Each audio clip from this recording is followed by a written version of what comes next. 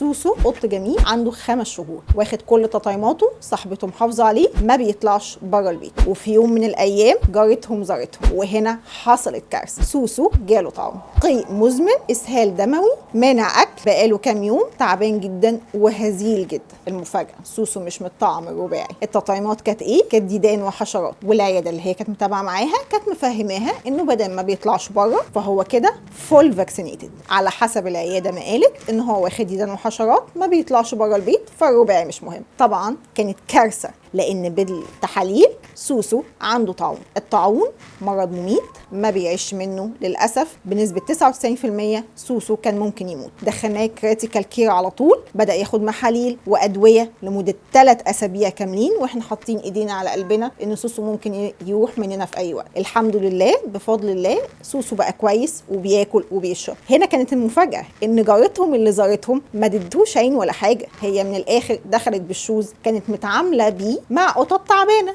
عندها طاعون، ونقلت للاسف لسوسو الطاعون. الرباعي مش حاجه رفاهيه خالص للقط بتاعك، ده مهم زيه زي الاكل والشرب. اهتم بانك تطعمه الرباعي بتاعه.